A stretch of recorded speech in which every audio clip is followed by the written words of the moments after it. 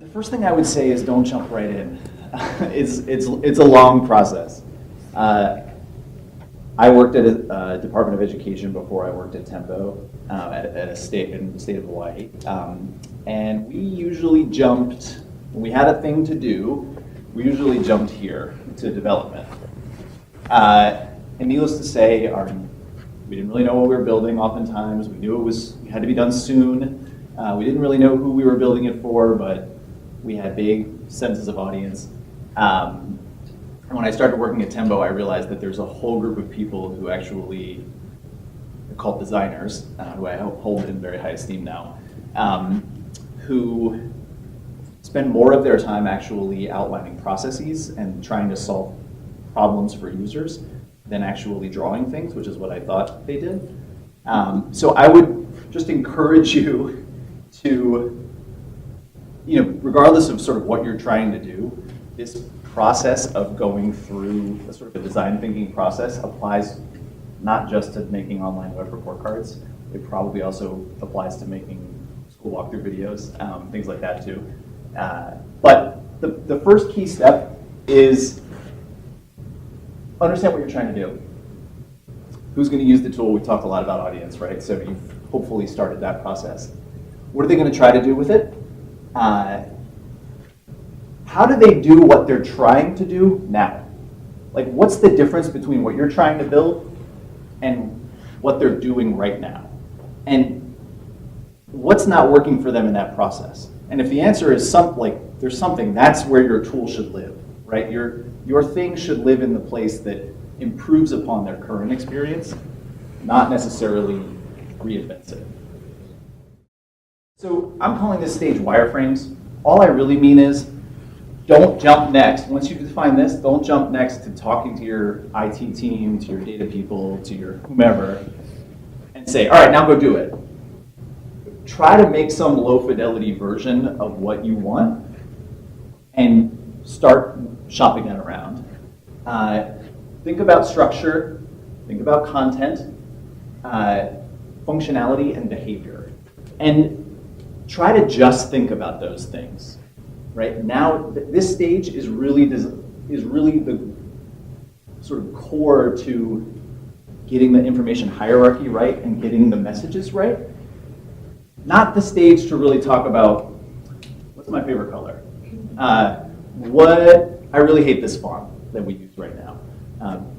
Think about how the sort of broader scale pieces come together, and then move on.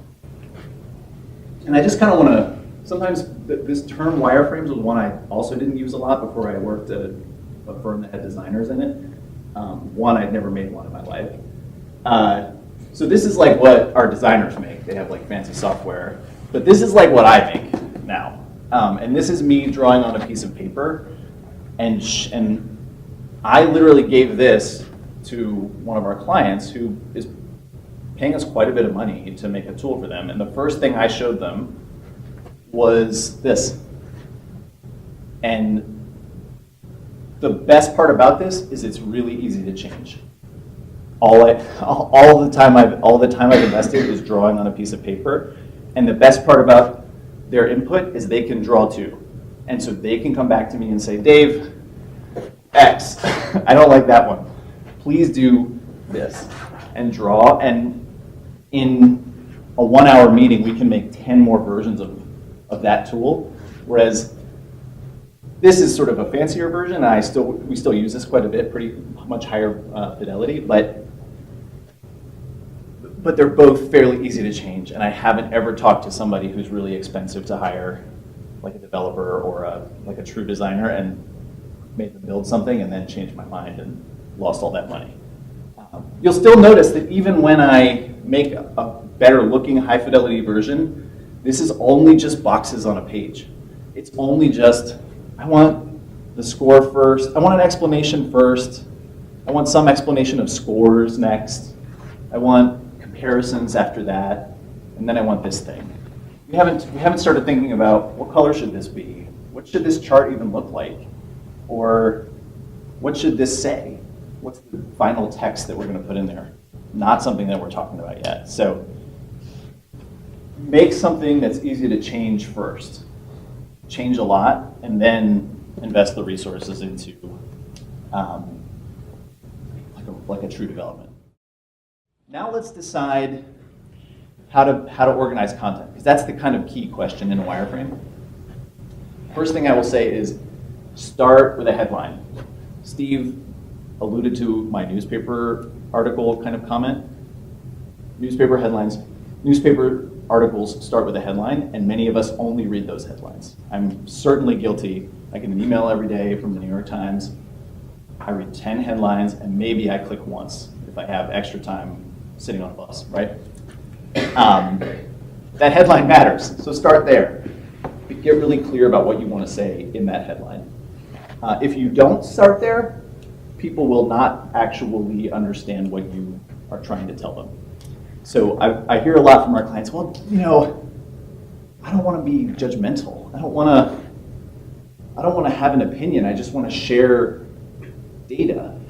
And I will say, you are being judgmental by not having having a headline. Their headline need not be subjective. It need not be, this school is fantastic and this school is terrible, but please have a headline of some sort. Then, once you have a headline, think about that first paragraph of a newspaper article, right? How do I contextualize that headline? How do I add a little bit of information so that people know more than the president signed a treaty or the president didn't sign a treaty? I don't want to talk about color until it's time to talk about color. Once it is, though, let's avoid a couple simple mistakes. One is using colors that are right next to each other in a color wheel to illustrate things that are really different. So take a look at this color wheel. You've probably seen some version of this in your life. Things opposite one another are sort of complementary, whereas things next to one another are analogous. Be aware that there are some of these combinations that are really hard for people to discern who are colorblind. So red and green is one of those common ones. There's a measurable fraction of folks out there who can't tell the difference between red and green. I wouldn't recommend using red and green as good and bad in your visualizations. Unfortunately, blue and red is the second most common. So that's pretty common in the world, though. So just keep that in mind. And just think about your purpose when you're making pictures for people. And think about when complementary colors, when analogous colors are appropriate. And you can sort of see, I drew the same data in 5 different charts. The 5 different charts tell you, sort of emphasize really different things. This one pulls out one particular value, intentionally obscures the other, but gives you some context that there was one person that went way up there. These are a little easier on the eye when you're trying to compare similar things and not make any judgment about a particular value. These guys are trying to accomplish this goal, but probably doing it in a little bit of a unhelpful way. So just the real point is you can draw the exact same picture with different colors and have a really different takeaway. So just consider your purpose as you employ color. One other little baby rule that we often follow is don't use color if you don't need to. You don't need to just make things colorful just to do it. Color should have a meaning in your tools, and don't over-deploy it.